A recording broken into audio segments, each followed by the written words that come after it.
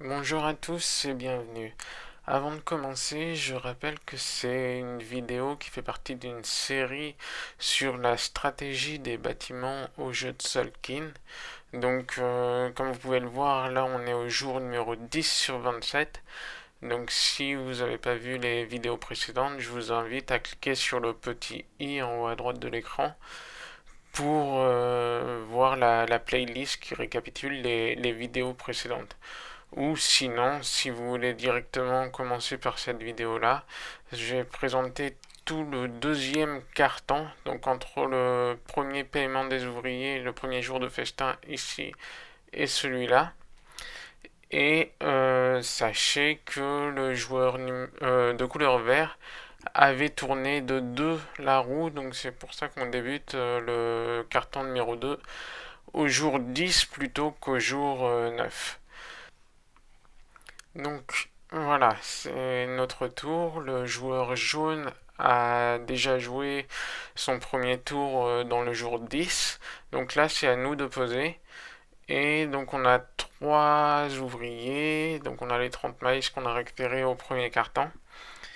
Et donc on va placer des ouvriers pour récupérer ce carton-ci le plus de maïs possible. Donc le plus de maïs à travers le plus de ressources possible, puisque on est, je le rappelle, sur la troisième case de la deuxième ligne de technologie.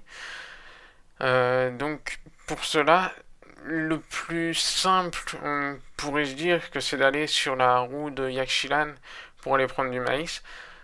Par contre, là, on n'a que 3 ouvriers. Donc, si je pose les 3 sur Yakshilan, ben, je vais arriver juste sur ces 3 premiers emplacements-là. Donc, le plus intéressant ici, c'est d'aller sur la roue de Uxmal, puisque en posant sur Uxmal 0 et sur Uxmal 3, je pourrais déjà me rapprocher plus rapidement de Uxmal 5 qui me permettra de faire l'action de Yakshilan 5 et donc d'avoir les ressources. Donc c'est pour ça que c'est plus intéressant à ce moment-là de faire Uxmal 0, Uxmal 3 et du coup de mettre le troisième jeton sur Yakshilan, puisqu'il n'y a plus de place sinon sur la route de Uxmal. Donc voilà, c'est ces 3 coups-là. Alors, on le verra par la suite que au prochain tour où je reprendrai des ouvriers, que finalement je vais me servir de celui-ci pour reprendre un ouvrier. Parce qu'on voit que là je suis tout de même à 24 maïs, donc j'ai largement de quoi pouvoir me servir d'un sixième ouvrier qui pourra être lui replacé plus haut sur une des roues, donc que ce soit Uxmal ou Yakshilan. Donc voilà, et le pion en Uxmal 0, lui, il va servir dans 3 tours, pardon, à pouvoir reprendre quand il sera ici et pouvoir faire l'échange de toutes les ressources qu'on aura acquises. Donc ça c'est théoriquement.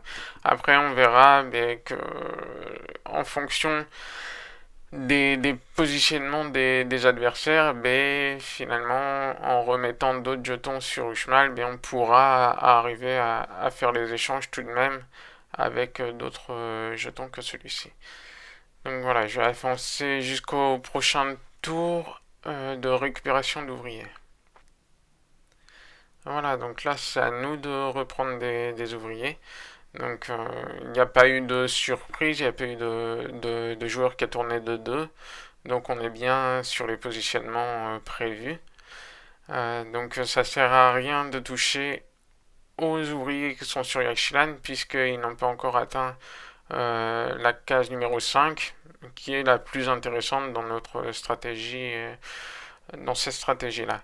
Donc là, on va simplement reprendre le jeton qui est en Uxmal 6 pour pouvoir faire le Yakshilan 5 et prendre les ressources. Et celui-ci, comme je le disais tout à l'heure, il va permettre de reprendre un sixième ouvrier et donc d'avoir 3 ouvriers à placer au prochain tour. Donc voilà, comme ceci.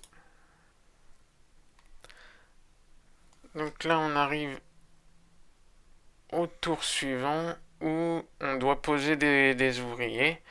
Donc là, de la même manière un petit peu que au premier tour de pause qu'on a vu sur ce carton-là, c'est pas très intéressant d'aller sur Yakshilan puisque c'est bloqué. Je pourrais au maximum mettre un ouvrier sur Yakshilan 0, c'est pas très intéressant.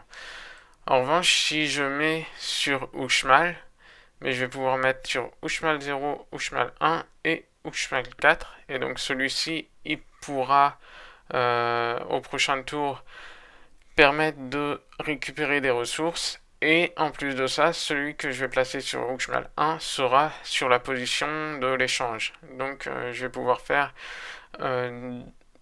tout, enfin pouvoir prendre à la fois des ressources et les échanger grâce aux jetons que je vais poser sur ce tour-là. Donc voilà.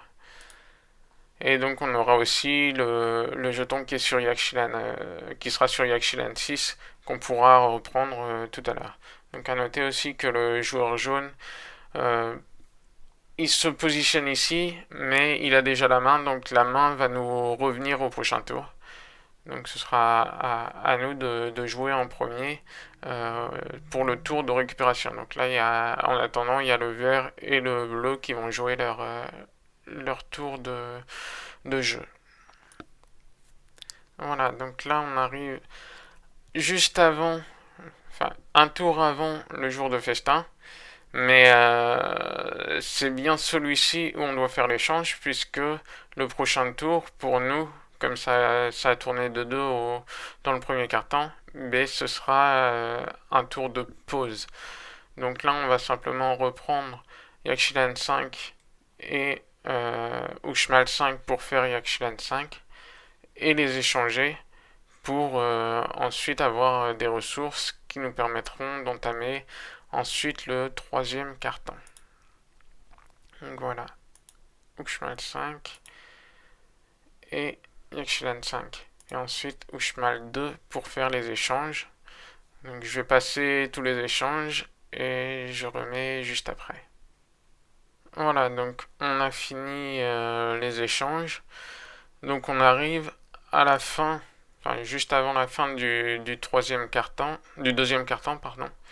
37 maïs, 12 bois, et il n'y a pas besoin d'or ni de pierre pour l'instant, puisqu'on voit qu'on a un jeton en Yakshilan 3, donc qui est dans 2 tours, puisque le prochain c'est un tour de pause. Dans 2 tours, quand on reprendra à nouveau, ce jeton-là sera sur Yakshilan 5 et nous permettra d'avoir les 2 ors et 2 pierres qui permettront d'acheter des bâtiments. Parce que le troisième carton, contrairement aux 2 premiers, ça va être consacré vraiment à l'achat de bâtiments. Donc voilà, c'est avant le paiement des ouvriers du coup, mais pour nous c'est un tour de pause. Donc là, comme je disais tout à l'heure, bon, pas tout à fait puisque le joueur jaune a laissé ses jetons sur Tikal.